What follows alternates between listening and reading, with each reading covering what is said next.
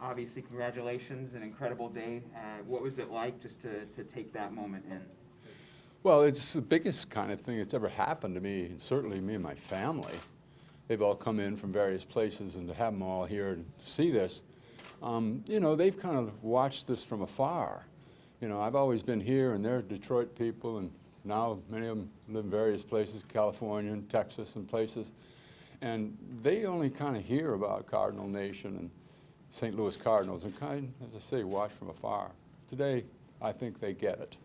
Maybe for the first time, because there's a force here and around this place centered around this group of folks, and they saw it for real for the first time today. Ted, it's been 20 years since they've unveiled a statue outside of Busch Stadium, and here you are getting that statue, the first statue here at Busch 3. What does that mean to you?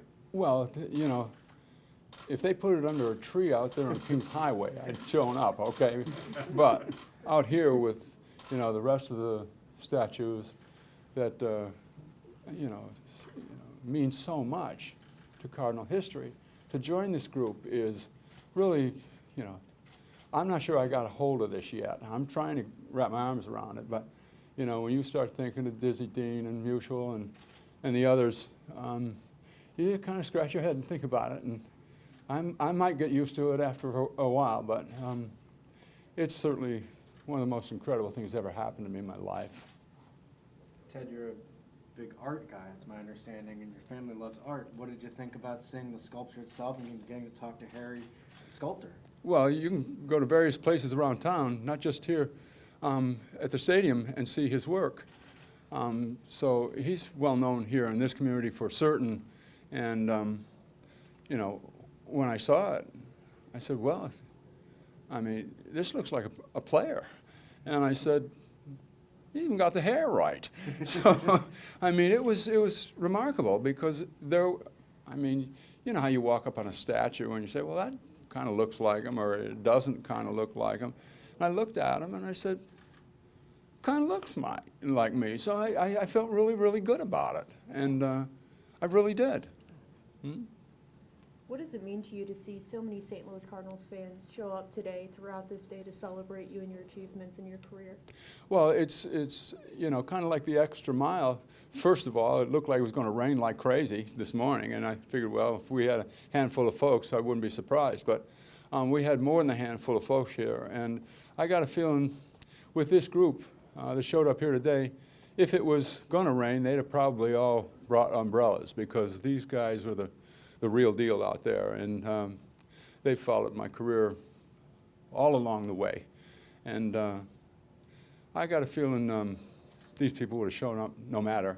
It's really, really special thing, because I have much to be thankful for and owe a great deal to this great Cardinal fan base that, as I said today, built the momentum that really carried me to where I'm going to end up here in another 5 weeks. So real special stuff.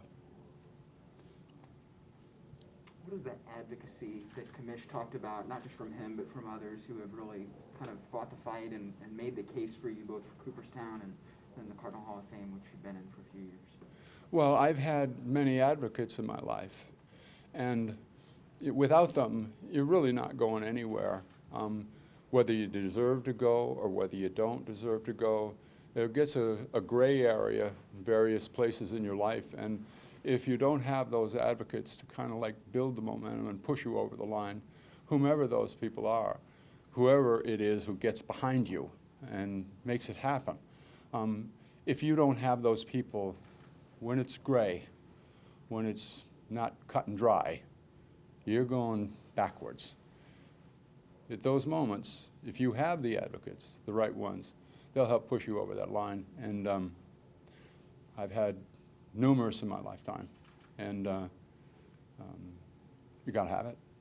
Do you find yourself thinking about George Kissel a lot right now, and just what he meant when you first got to the Cardinals?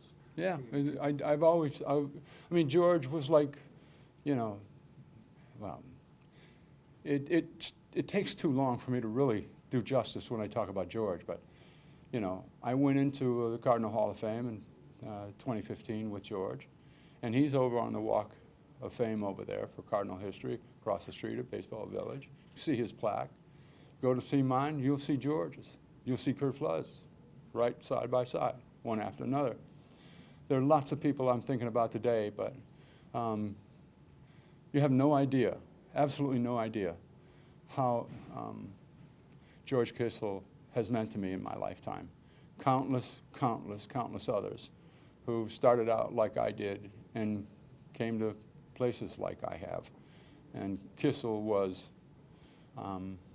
he was essentially the foundation for Cardinal baseball, and he's meant so much to everybody, and including me, particularly today.